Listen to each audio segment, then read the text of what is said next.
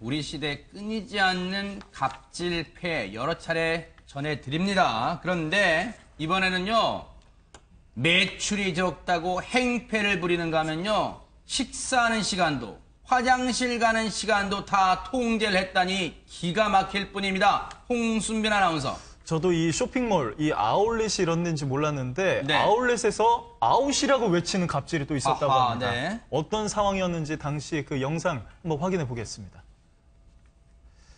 지금 부산 해운대의 한 아울렛입니다. 네. 여러 명의 남성이 보이고 있고요. 이 명품 매장 앞에서 실랑이를 벌이는 중입니다. 아하. 그런데 이 남성이요, 이 매장 앞에 보통 이동형 옷걸이 놓지 않습니까? 그렇죠, 네네. 그 옷걸이를 지금 건물 밖으로 치우고 있는 영상입니다.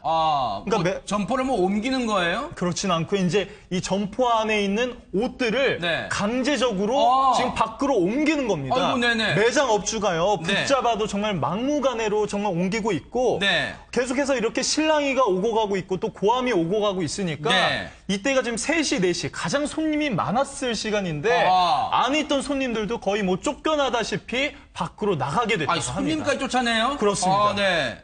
당시 매장 안에 있던 손님들도 이 쫓겨나 막 나가라는 듯이 하게 되고, 당시 또 날씨가 비가 왔나 봐요. 일부 옷은 또 비에 젖거나 저렇게 강압적으로 이 밖으로 내다 보니까 찢어지기도 했다는데, 근데 홍수민 아나운서, 네. 저렇게 막무가내로 점포에서 옷을 드러내게 한 배경이 대체 뭡니까? 지금 영상에 보시면 남성이 한 3명 정도 보입니다. 네. 그중에 한 명이 이 아울렛의 지점장입니다.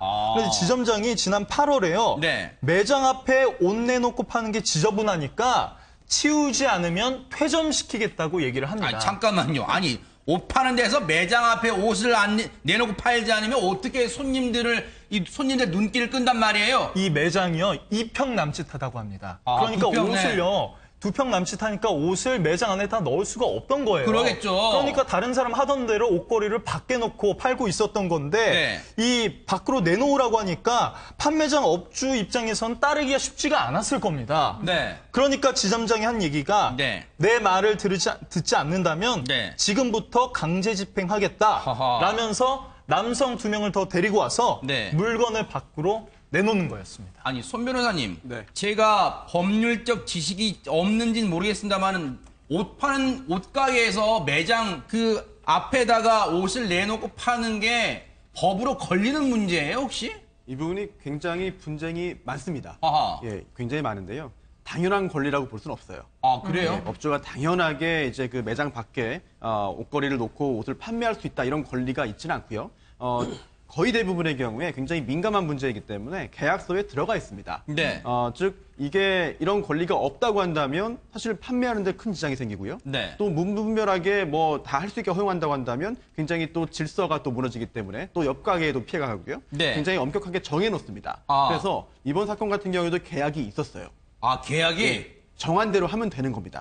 그 내용을 보면은요, 매장 밖에 계약에 따라서 이동식 그 옷걸이 5개, 의류 100점까지는 판매할 수 있다라고 지금 계약이 되어 있던 거거든요. 사전에 계약이 되어 있었군요. 그래서 무조건 가능한데 막았으니까 잘못이다라는 게 아니라 계약한 대로 하면 되는데 그 계약을 위반하고 무조건적으로 못하게 했기 때문에 이건 계약 위반이기도 한 것이죠.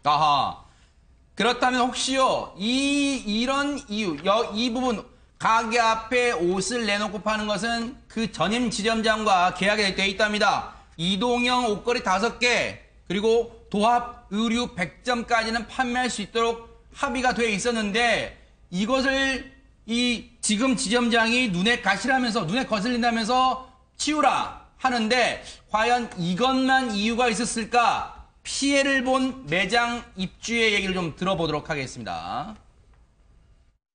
점장 바뀌고 나서는 그 수시로 와가지고 이 물건으로는 매출이 안 나온다, 자기 말 들어야 된다고 하고, 다 사상건건 마음에 안 든다고 자기가 시킨 대로 안 하면은, 처음에는 와서 돈 벌기 싫냐면서 저한테 와가지고, 그런 하여튼 말로써 폭언을 되게 많이 했고요.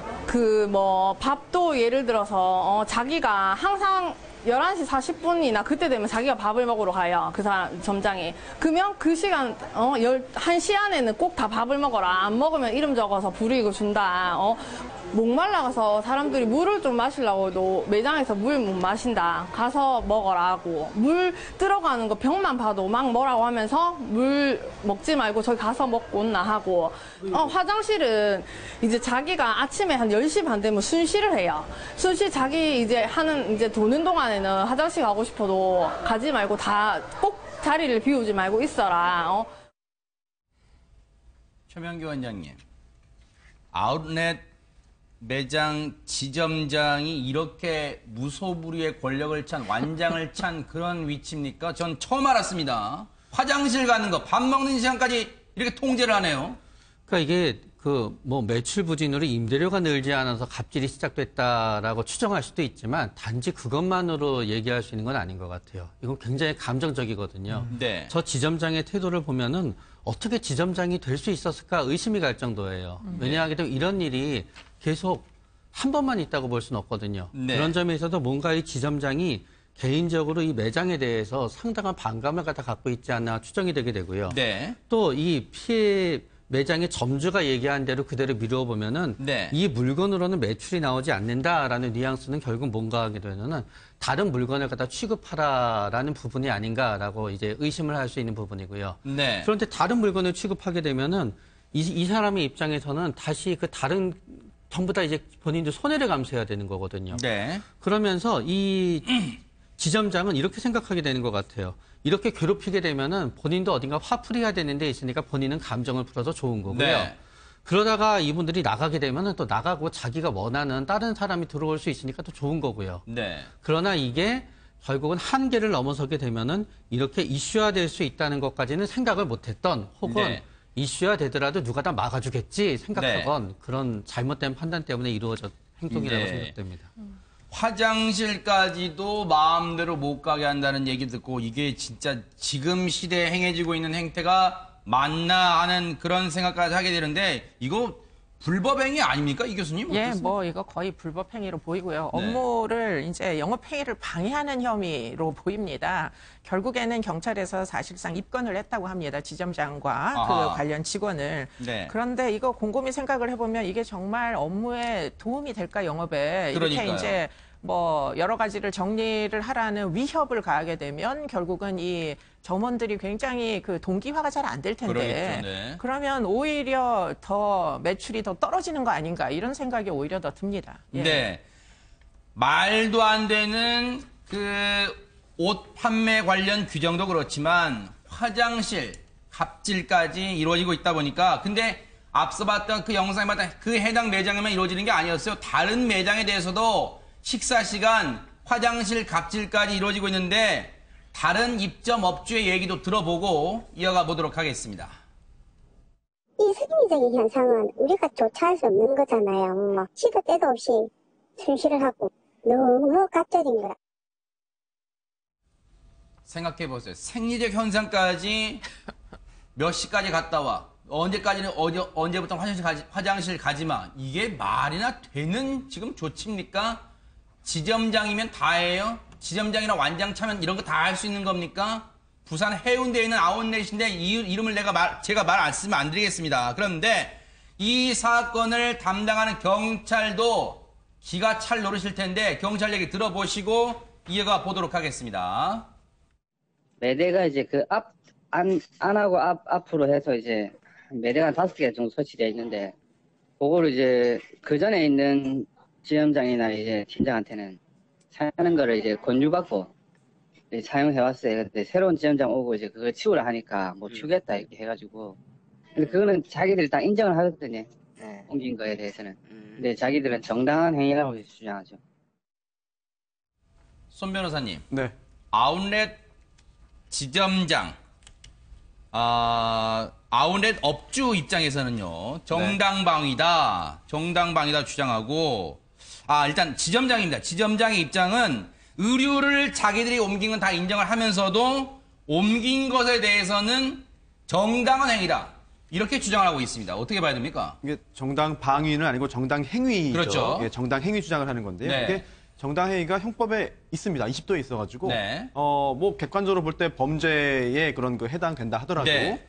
구성 요건에 해당된다 하더라도 결국 처벌되지 않는 것인데요. 네. 이게 법령에 의한 행위이거나 네. 또는 업무로 인한 행위이거나 아니면 기타 사회상규에 반하지 않는 행위일 경우에 정당회의거든요. 그렇다면 업무 방해가 되지 않습니다. 업무 방해 자체가. 그런데 이게 법령에 의한 행위라고 볼 수는 없겠고요. 그렇다면 업무로 인한 행위냐를 봐야 되는데 이게 모든 업무로 인한 행위가 다 여기에 해당되는 건 아니고요. 네. 이제 정당한 업무에 해당돼야 됩니다. 네. 그런데 지금 보니까 제가 아까는 이게 그 계약서에 이제 그 옷걸이 개수와 그리고 또 옷 점수에 대해서 들어가 있지 않을까 생각했는데 그게 또 아닐 수도 있어 보여요. 네. 보니까 지금 이 해당 업주의 이야기만 보면은요.